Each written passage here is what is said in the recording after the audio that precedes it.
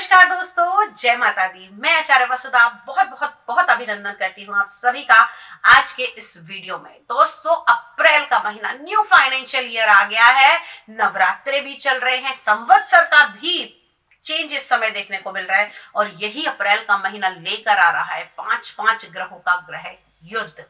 जी हाँ, एक साथ होंगे, एक नहीं, दो नहीं, तीन नहीं, चार नहीं, बल्कि पांच पांच ग्रह, जिसमें शनिदेव अपनी चाल बदलेंगे, शुक्र होंगे उच्च के, बुध होंगे नीच के, राहु करेंगे सूर्य को अपने साथ अपनी युति से पीड़ित। अब इन सब का क्या प्रभाव रहेगा मिला जुला आपकी लाइफ पे, आपकी हेल्थ पर, आपके रिलेशनशिप पे, आपकी इनकम पर?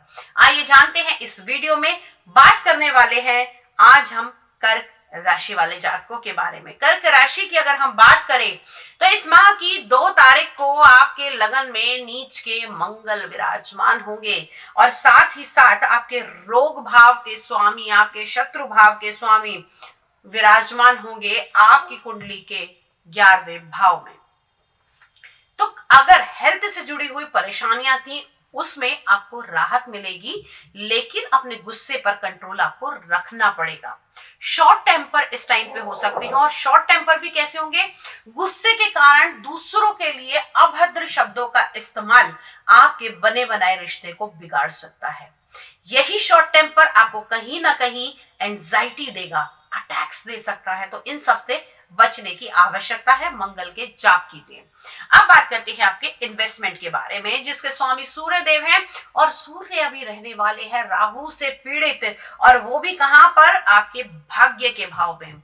दूसरे भाव का स्वामी, इन्वेस्टमेंट का स्वामी भाग्य में जाकर पीड़ित हो जाए तो यानी कि जहां आपको लग रहा है कि अब बस डील साइन होने वाली है, वहीं आके परिस्थितियां खराब हो जाएंगी। साथ ही साथ इस टाइम पीरियड में अपने फादर की हेल्थ का बहुत ज्यादा ध्यान रखना है और आपके कुटुंब में किसी बड़े बुजुर्ग की हेल्थ इस समय बहुत ज्यादा खराब हो सकती है, उसकी ओर भी थोड़ा ध्यान केंद्रित करके रखिएगा। अब बात कर लेते हैं आपकी कुंडली से सुख की। जी हाँ, आपके चतुर्थ भाव की, जिससे हम मकान, वाहन, जनता और साथ ही साथ आपकी माता के सुख को भी देखते हैं, जिसके स्वामी शुक्र देव उच्च होकर विराजमान है आपकी कुंडली के भाग्य के भाव में। लेकिन हाँ, जहां मैंने कहा था कि पांच पांच ग्रह रहने वाले हैं, तो शुक्र की क्षमता थोड़ी कम कर देंगे, लेकिन फिर भी घबराने की आवश्यकता नहीं है।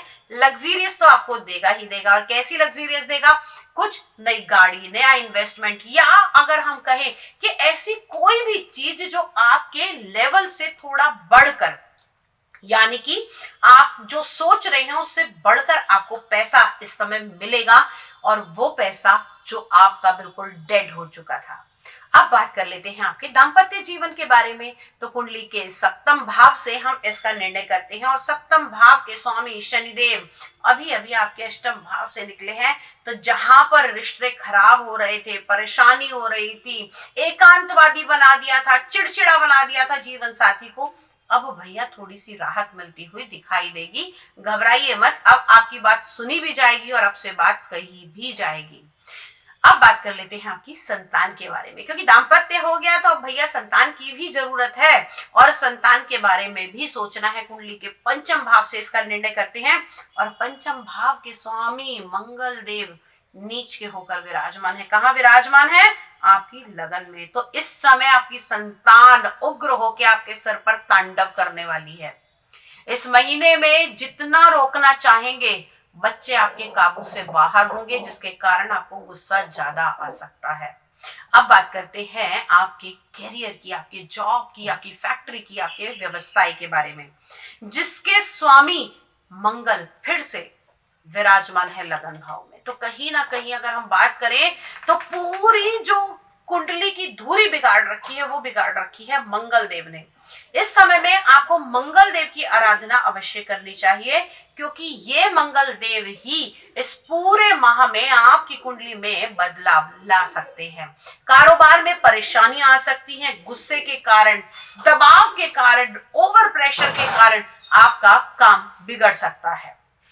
साथ ही साथ कुछ चीजों का ध्यान रखना है, जैसे कि अपने भाई के साथ मिलकर अगर आप काम कर रहे हैं तो अपनी वाणी पर थोड़ा कंट्रोल करके चलिएगा। साथ ही साथ अगर आप लोगों को ऐसा लगता है कि पार्टनरशिप के बिजनेस में मुझे कुछ रुकावटें आ रही हैं, तो मंगलवार के दिन हनुमान जी को बेसन के लड्डू आपको अवश्य चढ़ाने हैं। साथ ही साथ 2 लौंग, 2 इलायची का जोड़ा और 1 बताशा अपने घर के या फिर अपने कारोबार के ऊपर से वार के हनुमान जी के दाहिने अंगूठे के नीचे ले जाकर रख दीजिए। इससे मंगल की नीचता के जो दुष्प्रभाव हैं वो आप पर नहीं पड़ेंगे और आपकी लाइफ थोड़ी सी सेटल डाउन हो जाएगी, क्योंकि आने वाले इस महीने में सबसे ज्यादा जो आपको परेशानियां देने वाले हैं वो है मंगल देव, और ये नीच का मंगल पूरी कुंडली को आपके उथल पुथल कर सकता है। ये तो है ओवरऑल प्रिडिक्शन, लेकिन हर व्यक्ति के अपने अलग कर्म हैं, अलग ग्रह नक्षत्र हैं और अलग ही उस व्यक्ति के इस समय चलने वाली दशा अंतरदशा है।